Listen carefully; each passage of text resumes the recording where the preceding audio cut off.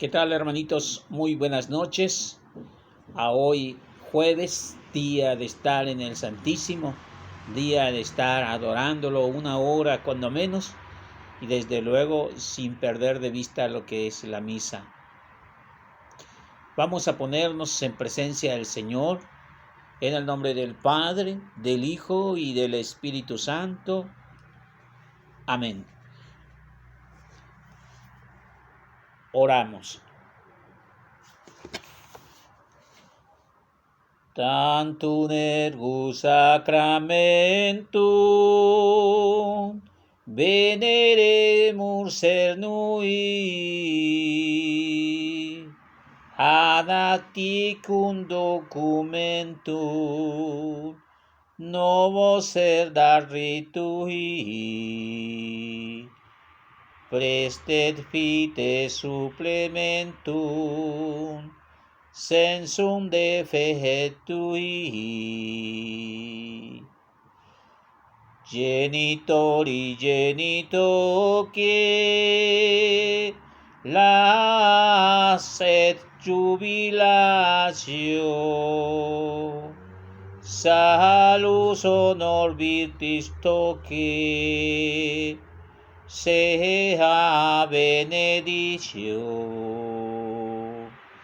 procedenti autoque comparsita la latio. Amén.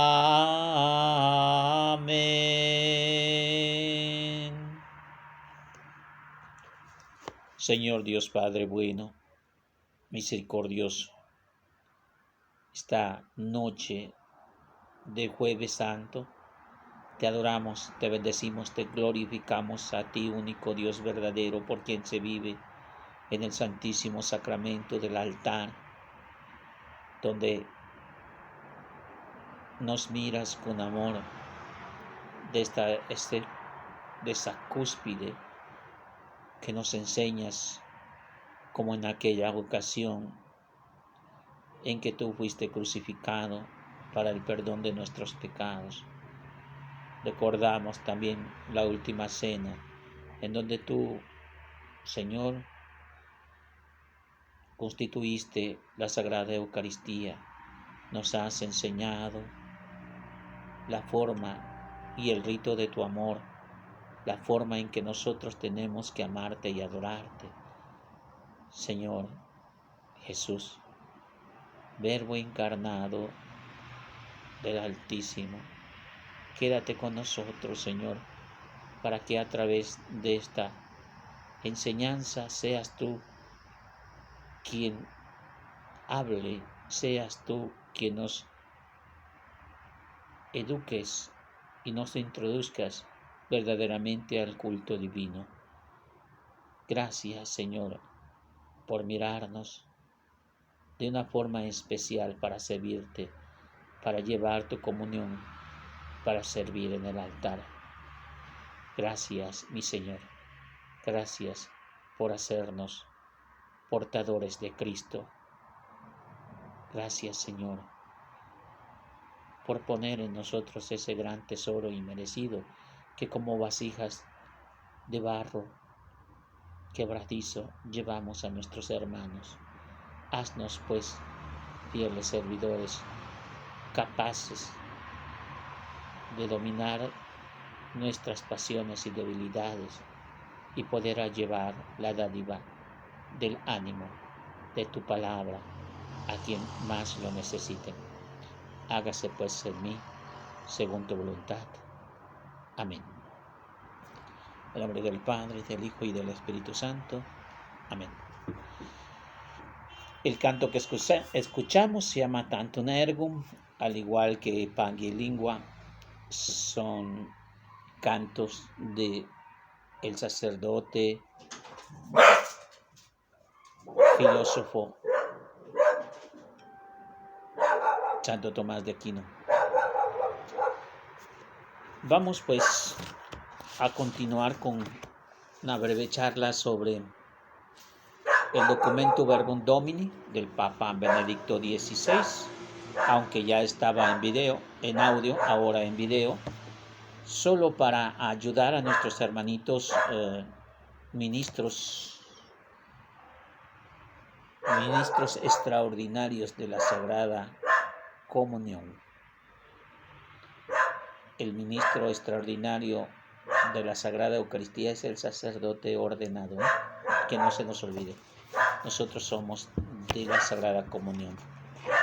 Hemos estado hablando sobre este documento del Santo Padre Benedicto XVI,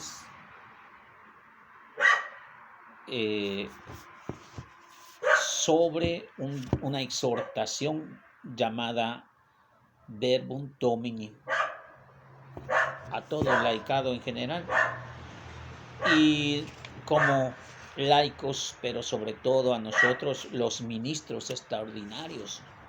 Nos hablan los numerales posteriores al numeral 50. Hemos meditado. Ahora vamos a meditar 2 nada más sobre el numeral 57 y el numeral 58. El numeral 57 que habla sobre la Sagrada Escritura y el leccionario, y el numeral 58 que nos va a estar hablando sobre la palabra de Dios y el ministerio de lectorado. Muy bien, vamos pues a dar comienzo en el nombre de nuestro Señor Jesucristo. Dice el numeral 57: al subrayar el nexo entre palabra y Eucaristía, el sínodo ha querido también volver a llamar la atención sobre algunos aspectos. La celebración inherentes al servicio de la palabra y Eucaristía. Los numerales 55 y 56 hablaban sobre la palabra y la Eucaristía, cómo debe de estar reservada exclusivamente.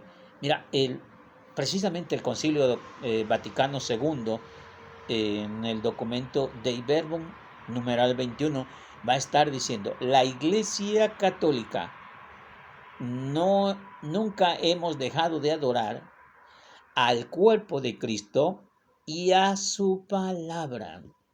Nosotros adoramos al cuerpo de Cristo en el Santísimo Sacramento del altar y también a la palabra de Dios. ¿Sí? Ese es el Concilio Vaticano, y posterior al Concilio Vaticano, muchos años después, nos llega este documento ya con nuevo Papa. Quiero decirte que después del concilio, el concilio lo invita San Juan XXIII, luego viene San Pablo VI, y luego se queda San Juan Pablo I, y luego viene San Juan Pablo II, y queda Benedicto XVI, y ahora está San Francisco, ya lo estoy haciendo santo antes de que sea Francisco, el Papa Francisco, y el Papa Benedicto XVI en su momento nos da esa exhortación para que veas la dimensión. Pero todo parte del Concilio Vaticano II, y aquí dice que al subrayar precisamente esa unión, ese nexo entre la palabra y la Eucaristía, es necesario llevar un leccionario. Dice: quisiera hacer una referencia ante todo la importancia del leccionario. ¿Qué es el leccionario?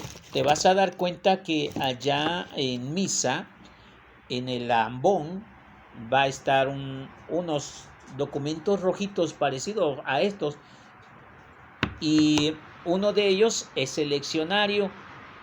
Hay de diferentes. Desde luego no me voy a poner a explicar todo, solamente con lo que respecta al leccionario. El leccionario va del lado del altar, del lado derecho. Y bueno, antes eran 2, uno para el Evangelio y otro para las lecturas, pero ahora el leccionario va, cuando menos en el rito latino, del lado izquierdo, si lo ven de frente al altar, o del lado derecho si está del altar hacia el frente. Del lado derecho va a estar el leccionario. Es un libro grueso, es importante. Es ahí donde se ejecuta, precisamente donde une la misa y la Sagrada Escritura. Debe tener un lugar específico la palabra de Dios, y es ese documento que le llamamos leccionario, donde vienen todas las lecturas de todo el año, de todo el ciclo litúrgico, de cada una de las semanas del círculo litúrgico o del ciclo litúrgico, y esa pues nos va a estar enseñando cómo es que se tiene que anunciar la palabra de Dios. Están anunciadas, por cierto.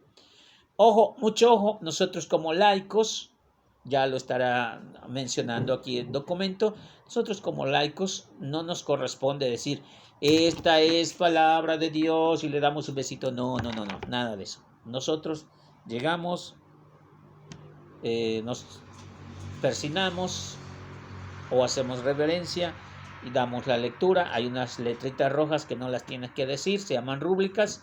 Esas no las tienes que decir porque ahí te está diciendo cuándo, qué es la primera lectura, y etcétera, etcétera. A ti no te toca eso, tú no eres monitor, solamente eres un lector. Vas, te persignas y haces tu lectura, nada más, ¿vale? Aquí nos lo va a estar diciendo y recordando el Santo Papa. Dice la Reforma. Dice, quisiera hacer una referencia ante todo a la importancia del leccionario. La reforma promovida por el Concilio Vaticano II nos ha mostrado frutos enriquecidos al acceso a la Sagrada Escritura, que se ofrece abundantemente, sobre todo en la liturgia de los domingos. La estructura actual debe presentar frecuentemente los textos más importantes de la Escritura.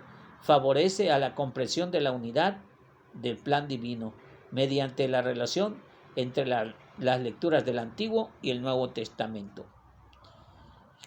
Ese compendio, ese leccionario, dije yo, tiene todas las lecturas del Antiguo Testamento, el Nuevo Testamento, la primera lectura, el Salmo, segunda lectura, y el Evangelio también lo contiene. Aunque hay otro, se llama evangeliario, a veces es exclusivo, o cuando sobre todo es el obispo el que preside, es el evangeliario y es el que viene entrando y saludando y todo eso. Pero usualmente en una misa normal presidida por un sacerdote, solamente el leccionario. Leccionario 1, leccionario 2, leccionario 3, porque ahí vienen santorales y vienen otras cosas. Estamos hablando del leccionario 1. Va.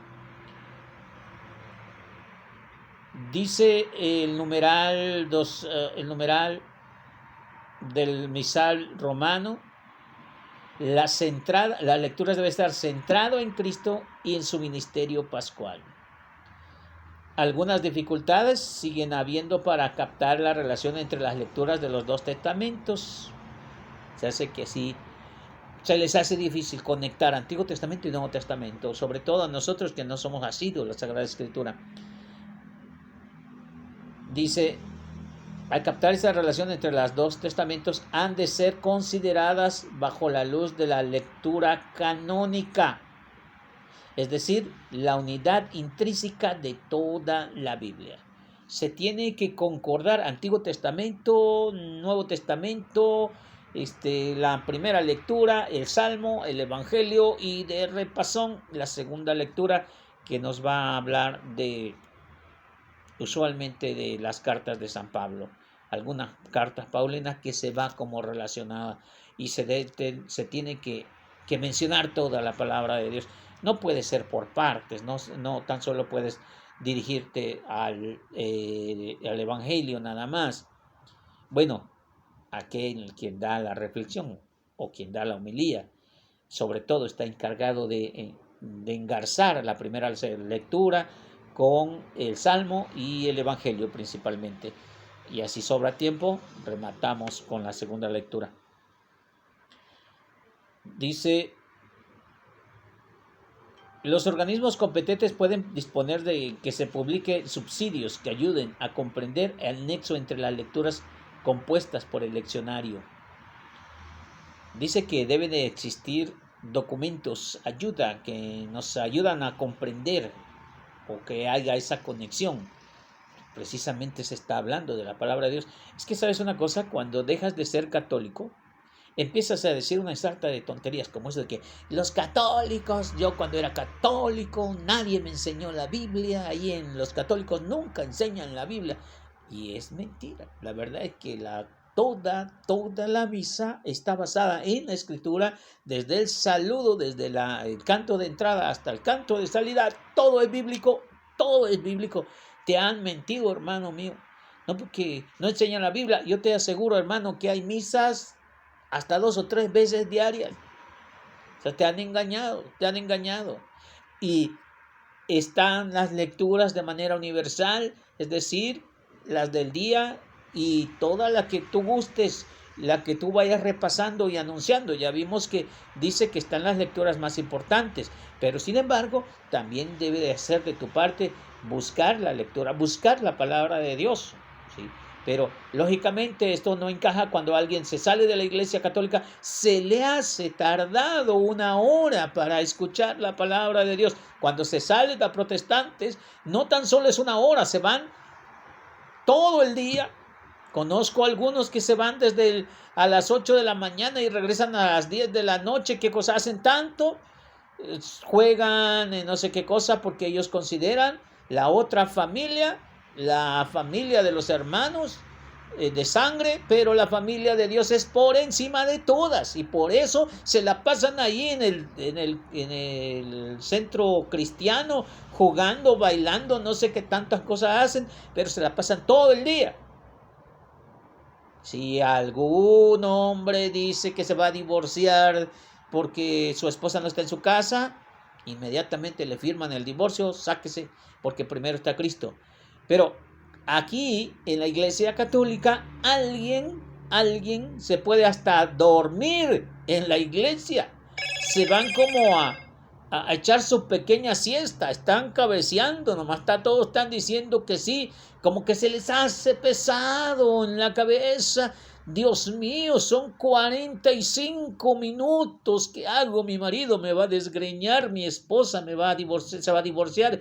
¿Qué voy a hacer con el niño? Y hoy es domingo, hay que salir a pasear porque toda la semana estamos metidos en la casa. Como que relacionan esa forma de adorar a Dios y estar en la familia. Por eso el esposo siempre está ahí tendido en la sala con sus pies desnuditos, meneando los deditos, viendo el box, viendo la lucha libre, viendo el fútbol, caguama a un lado. Pero de Dios no le hablen, por favor. Estamos hablando de aquellas personas que van a misa, y de las que van a misa no están concentradas. Es necesario que tú, hermano, que cuando vayas a misa, mira, te desconectes de todo. Te desconectes de todo. Ve concentrado en hacer contacto con Dios. Yo no sé, hay personas que dicen, ay Dios mío, ya necesito un retiro, un aire nuevo, porque ya nos estamos oxidando, ya me estamos enfriando, ya estamos bien paletas. ¿Sabes por qué te hace paleta? Porque no vas a la misa, no vas al Santísimo Sacramento, no vas a la confesión, por eso te estás haciendo paletas. Y ahora, con esto del COVID, te estás muriendo en vida y sin COVID, para acabarla de molar. Es necesario, hermano, que nosotros vayamos al encuentro de la palabra del Señor y estemos atentos a todo lo que ahí ocurre, porque todo es bíblico. Aunque son 3 lecturas, a veces 4 los días domingo, pero todas y cada uno de los movimientos, señales y signos están en la Sagrada Escritura. Hay gente que no entiende eso, pero tú como ministro sabes que es así. No vayas a jugar, no vayas a divertirte. Yo veo que llegan unos ministros, jajaja, jujuju, como queriendo relacionar. Está muy bien, mira, el aspecto social para mí es excelente, nos saludamos y todo, pero en la misa, por favor, no estés con tus inquietudes. Terminado de misa, haz lo que quieras, pero cuando estás en misa, estás concentrado en las cosas de Dios. Así debería de ser. ¿Y qué decir de estos ministerios? ¿Qué decir de estos ministerios? Vamos a continuar. Dice, Además, no hemos de olvidar que el actual diccionario del rito latino tiene también significado ecuménico, en cuanto es utilizado y apreciado también en las confesiones, no están aún en aquellas que no están en plena comunión con la Iglesia Católica. Voy. ¿Cómo es eso? Quiero decirte, hermano mío, que además de la Iglesia Católica, existen otras iglesias que se están acercando a la Iglesia Católica, pero que al mismo tiempo quieren, por favor, continuar con sus ritos si les permiten. Quieren estar con el Papa, correcto, pero también quieren estar con sus ritos. Hay varios ritos. El rito que nosotros conocemos como misa, en la actualidad, se llama rito latino. Pero hay otro rito, o existía otro rito llamado rito tridentino, basados en el año 1500 y un poquito antes, que era totalmente diferente. Si tú estás de acuerdo, si tú puedes ir, si tú vives en Morelos, ve a Tlatlaucan, Morelos, ahí hay la parte central de la iglesia, la estructura de la iglesia, aún se hacen rito tridentino, aunque ya no es católica. Sin embargo, hay otros ritos tridentinos que sí quieren estar con la iglesia católica. Por ejemplo, la iglesia ortodoxa utiliza el rito tridentino, es decir, todo está en latín, el sacerdote está de espaldas, usualmente no hay participación del laicado, más que en algunas cosas. Por eso, ese cambio al rito latino fue un boom, donde muchos aceptaron, muchos no aceptaron. ¿Dónde hubo ese cambio? Precisamente en el Concilio Vaticano II. Aquella iglesia que te mencioné en Tlatlaucan son lefebvrianos. Marcelo Lefebvre fue un obispo de Alemania, de Francia, y dijo: yo no estoy de acuerdo y yo quiero la misa como sea, y si me van a excomulgar, excomúlgueme, yo me llevo a mi gente, porque acuérdate, cuando se va un obispo no se va solo, se lleva a sus sacerdotes y ellos hacen y deshacen, pero si ya no están en contacto con Roma, ya no. Entonces no aceptaron el rito latino, se quedaron con el rito tridentino, y además se dijeron: no acepto al Papa, ni Juan XXIII, ni a Paulo VI, ni a Juan Pablo I, ni a Juan Pablo II, ni a Benedicto XVI, ni tampoco acepto al actual que preside el Santo Papa que hoy conocemos como Francisco. Entonces, esos son aquellos que no aceptaron los cambios. Y aquí te está diciendo precisamente, nos está indicando que el rito latino es muy especial en cuanto a la participación de laicos. Mira que documentos tan hermosos como Christe Fidei Laicis, que está escrito por mano del Santo Papa San Juan Pablo II, nos invita a todo el laicado a participar. Todos estos cambios que están sucediendo en la iglesia vienen precisamente de esos documentos. Y ese cambio de rito, ahora nosotros como laicos participamos en la misa, antes no participamos. ¿Has escuchado que dice uno de los 5 mandamientos de la iglesia? Dice: oír misa cada 8 días. Oír misa. Porque antes nada más se iba a oír, porque no podías participar, no podías hacer nada, todo estaba en latín, nosotros medio hablamos el español, y en aquel entonces todavía estaban algunas palabras cruzadas con la lengua náhuatl, nuestra lengua original, mezclada con castellano y un español medio rebuscado, que nos da un lenguaje muy mexicano, muy español, muy nuestro, con todas sus florente belleza. Por eso es necesario, hermano mío, que te sientas gozoso de saber que tú estás participando en la misa y eres parte. Y si lo vas a hacer, hazlo bien. Si estás llamado a servir, hazlo bien. Todo el laicado debe comprender todo es hacia la liturgia, hacia el culto divino. Eso yo no podía entenderlo. Mira, que las raíces de la Iglesia Católica, las ramas son vastas. Por ejemplo, si estamos hablando de catequesis, es muy importante, pero todo debe ir hacia la parroquia, enraizado en la diócesis y en una comunión con todo. Pero sobre todo, en la liturgia, ¿sí? Porque es el encuentro. ¿A dónde van a ser los sacramentos los niños? En la parroquia. ¿Qué van a recibir? Un sacramento, el cuerpo de Cristo, el bautismo y todo tiene que ser sobre la Eucaristía. Ahora, hablamos de apologética. Apologética, nos damos un entre con los hermanos no católicos, me dice, le aclaro, me odia, le amo, y al final de cuentas, si un día el Señor Todopoderoso con su infinito Espíritu Santo, el Paráclito Divino, nos conlleva al encuentro y lo acercamos a la iglesia, Dios quiera que así sea, se acerca a la iglesia, ¿a dónde lo vas a llevar? A la comunión, al Santísimo, a la misa, y otra vez volvemos a caer al rito latino, al rito de la iglesia que se está llevando a cabo, y es necesario que nosotros como evangelizadores estemos llevando y estemos conscientes que no es para hacer propaganda y que nuestros grupos sean grandes. Queremos que sea grande nuestro grupo. No, queremos que aquella persona que encontremos, que le hablemos de Cristo, la llevemos al encuentro personal con Cristo y se alimente de la palabra de Dios y del cuerpo de Cristo Jesús. Esa es nuestra labor. Y ya que está ahí, entonces ahora hay que enseñarle cómo se hacen bien las cosas. ¿Entiende? Es por eso el problema de la liturgia, el problema de que ahora cada quien quiere hacer lo que quiera y cada quien, vamos a hacer la oración del Padre Nuestro y todos con sus manos extendidas. Padre nuestro que estás en el cielo.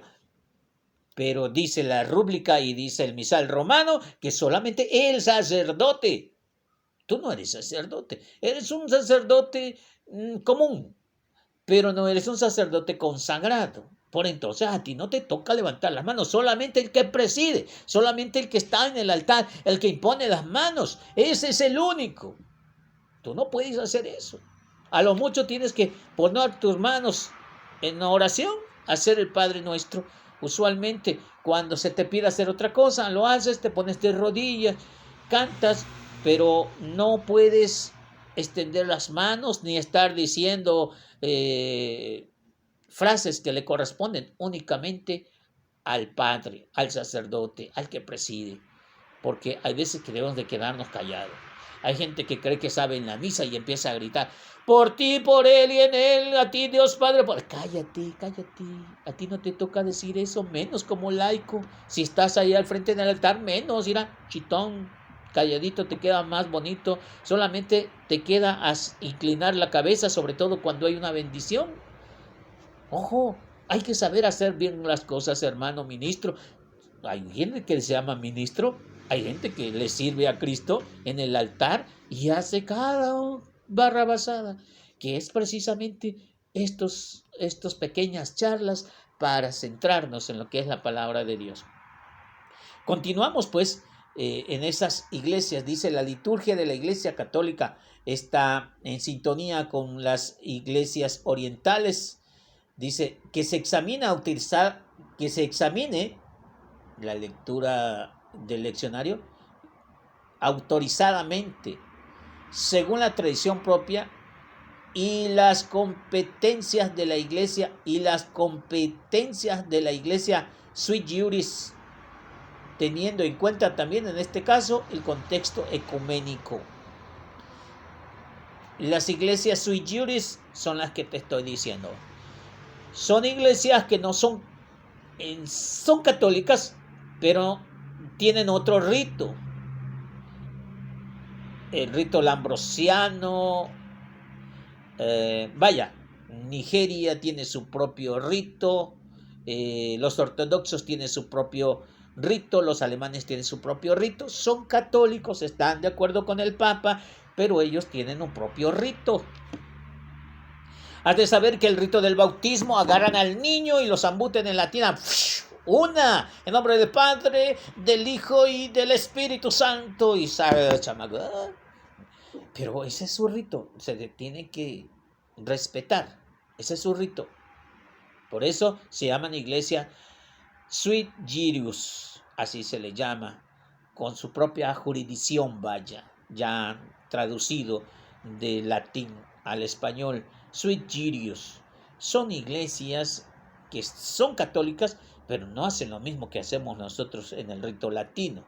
Ellos tienen su propio rito. ¿Estamos de acuerdo? Bueno, también ellos debe de apegarse al leccionario. Las lecturas son general, por eso se tiene que hacer bien.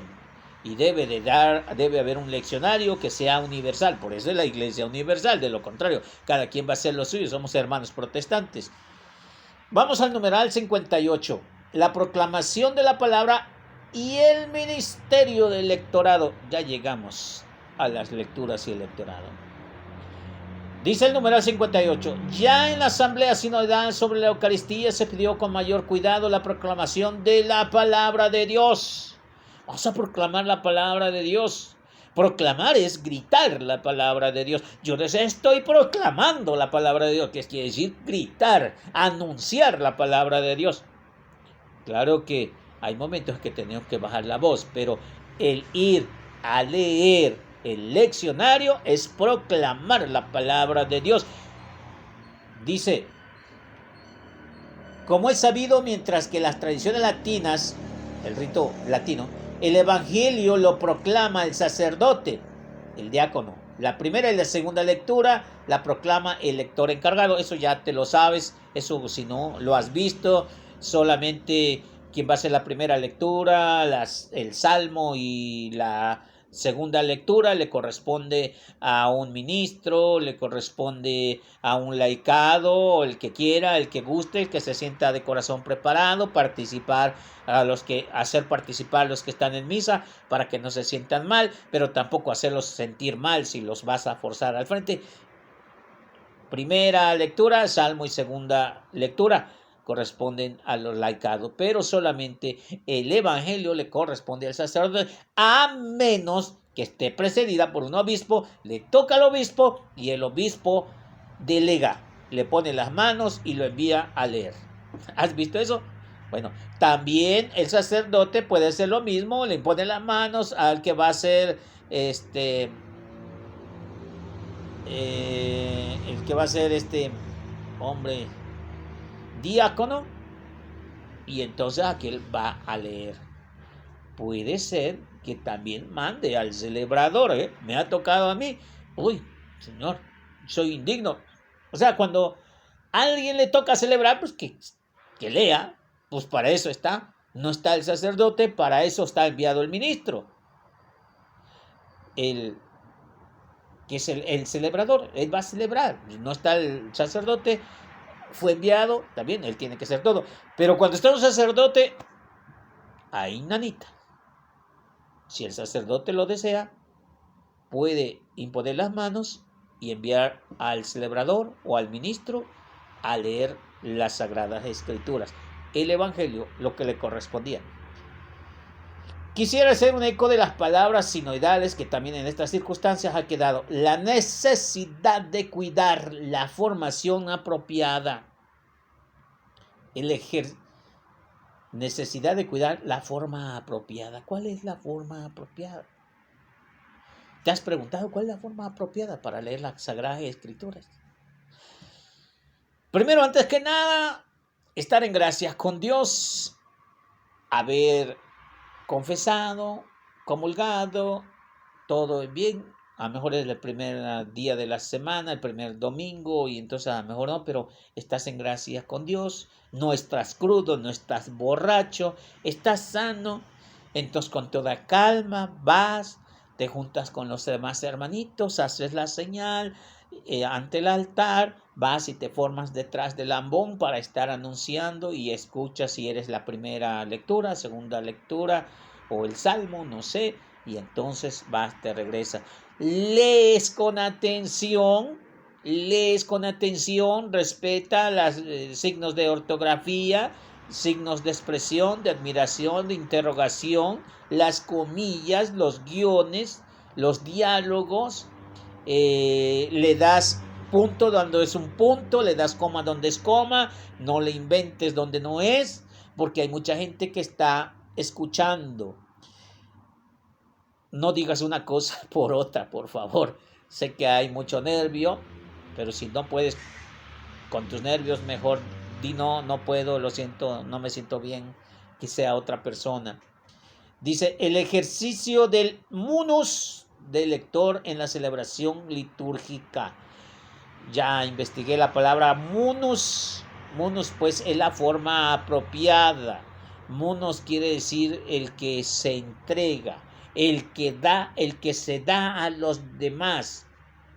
No el que se exhibe, no es para presumir, no es para que, véanme qué bonito soy, véanme qué bonito leo, o véanme cómo estoy de bonito y qué feo leo. No, no se trata de eso. Se trata de dar como vida a esa palabra que está escrita y que necesita ser bien pronunciada para que sea bien escuchada y sea bien asimilada. Por lo tanto, bien sembrada y cultivada en un organismo que va a dar vida y va a ser multiplicada. ¿Me entiendes ahora?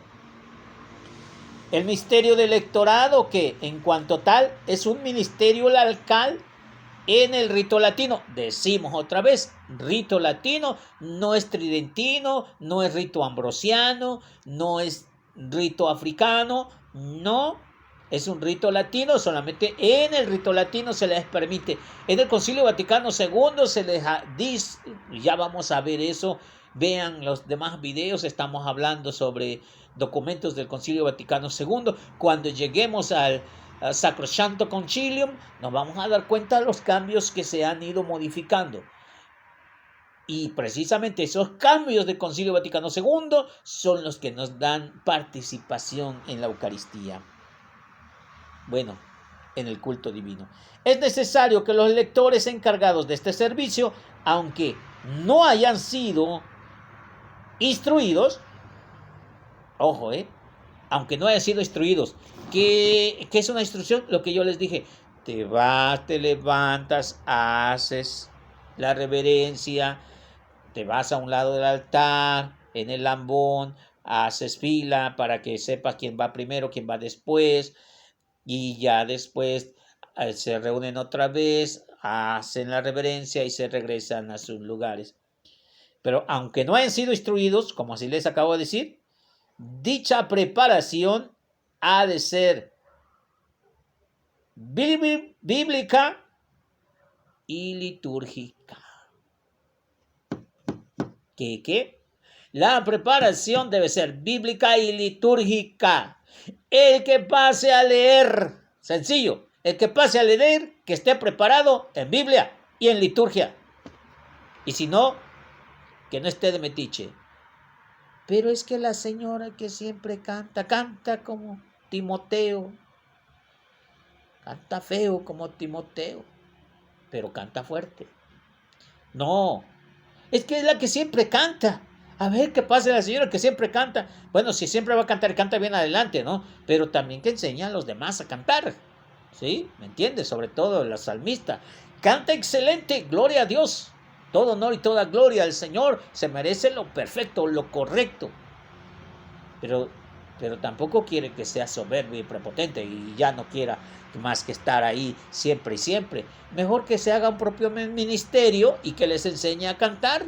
Igual hay cursos para ser lectores. Quien esté cerca de la catedral ha de saber que hay curso de 1 año completo para ser lector. No nomás cualquier hijo de familia pasa y ante todo borracho y tichi del libro del entero demonio. ¿Qué es eso? Del libro del Deuteronomio. ¿Sí? No vais a empezar a decir barrabasadas ahí enfrente. No se debe hacer eso. Dicha preparación ha de ser bíblica y litúrgica. ¿Por qué bíblica? Cuando menos sepas de qué se está tratando, ni tienes ni idea de qué es el Evangelio y qué es epístola y qué es libro de leyes, si no tienes idea de género literario que vas a leer, es como agarrar una espada y quererla atravesar al corazón. No sabes qué cosa es o para qué sirve. Ojo. Dice el misal romano, numeral 5, que también está próximo a que haya un video de estos, porque es necesario que sea explicado. El misal romano es la constitución que rige a la liturgia, por si no sabías. El misal romano, dice el misal romano número 5, la instrucción bíblica debe apuntar a los lectores a que estén capacitados para recibir el sentido de las lecturas en su propio contexto, para entender a la luz de la fe el núcleo central del mensaje revelado. Es decir, que él mismo sepa lo que está diciendo, que él mismo sea consciente de lo que va a decir, lo que va a transmitir. Porque si hay una persona que habla mocha, y que no sabe leer, o que pronuncia mal, entonces todo el mensaje de Dios se ha equivocado, le ha dado otro sentido, ella no sabe ni leer ni escribir, y aquella persona pues tampoco medita la Biblia. Ahora que si se sabe la Biblia al derecho y al revés, y se sabe, porque yo conozco a personas que no saben leer y escribir, pero te dicen letra por letra lo que dice el Evangelio. Si es así, mira, bienvenida. Nomás que le digan qué es lo que va a leer, de dónde a dónde, y hasta se lo sabe de memoria. Si es así, adelante, no hay ninguna equivocación. Sirve que nos lo da a entender, nos lo transmite bien, como dice la palabra munus, es decir, que se da, se entrega como regalo a los demás. Así debe de ser la lectura. Dice, la instrucción litúrgica debe facilitar a los lectores una cierta percepción del sentido de la estructura de la liturgia de la palabra y las razones de la conexión entre la liturgia de la palabra y la liturgia eucarística. Miren, en este sentido, podemos decir que de la Sagrada Eucaristía, o de la misa, o de la última cena, o de la fracción del pan que nosotros celebramos el día domingo, está dividida en dos partes.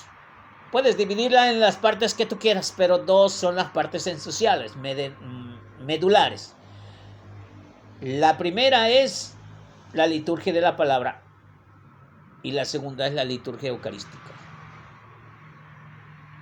Y lo que está diciendo aquí este documento, que tú debes engarzar en qué momento vas a dar honor y gloria a la palabra de Dios y en qué momento te entregarás en cuerpo y alma al sacramento de la comunión, que es cuerpo y sangre de Cristo.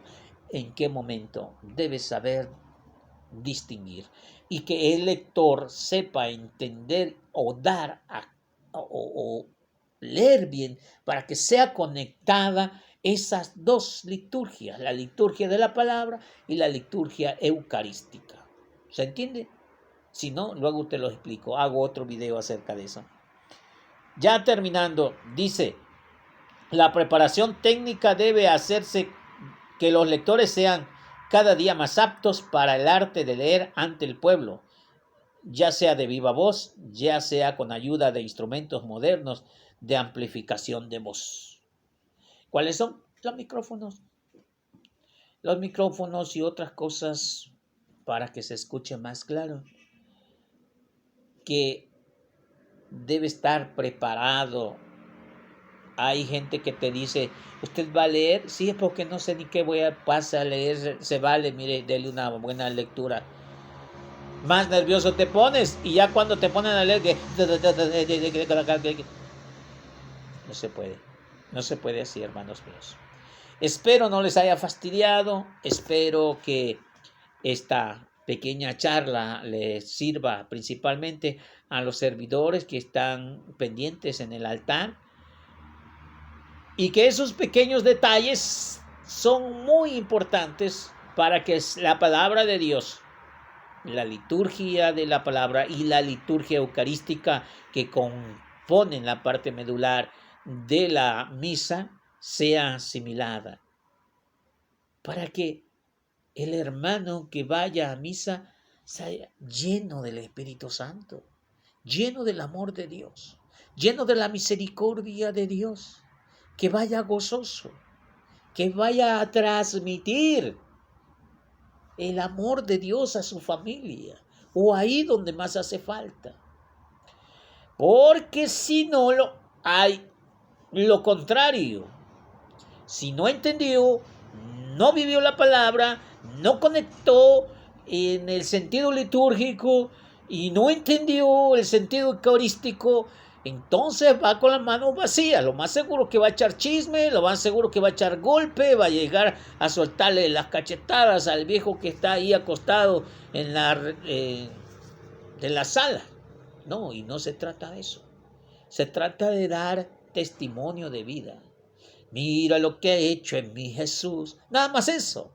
Que llegue con una cara sonriente, una cara de tipo sabritas, así, una cara bien feliz. Que diga, mira lo que ha hecho en mí Jesús en misa. No necesitas retiros, no necesitas tantas oraciones, necesitas centrarte 1 hora con el Señor en la misa, nada más. Y poner atención a su palabra.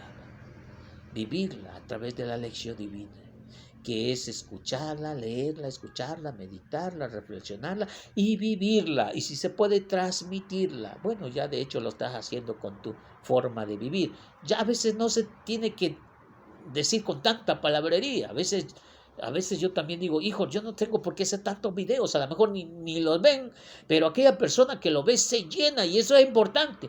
No es tanta palabrería, a veces tu testimonio dice más de 1000 palabras. Así como un dibujo dice más de 1000 palabras, tu testimonio de vida habla sin palabras. Hermano, que Dios te bendiga, te fortalezca y espero que este video te haya ayudado muchísimo. A mí en realidad me ha ayudado suficiente. Yo quiero transmitirte lo que me ha enseñado este libro. Esperemos que haya más enseñanzas de ellas. Parece que hay otros numerales de este mismo documento que nos va a ir enseñando cómo debe ser nuestro comportamiento dentro de la iglesia, en nuestro servicio y con la convivencia con nuestros hermanos antes y después de la Sagrada Eucaristía. A Jesús por María, Ave María.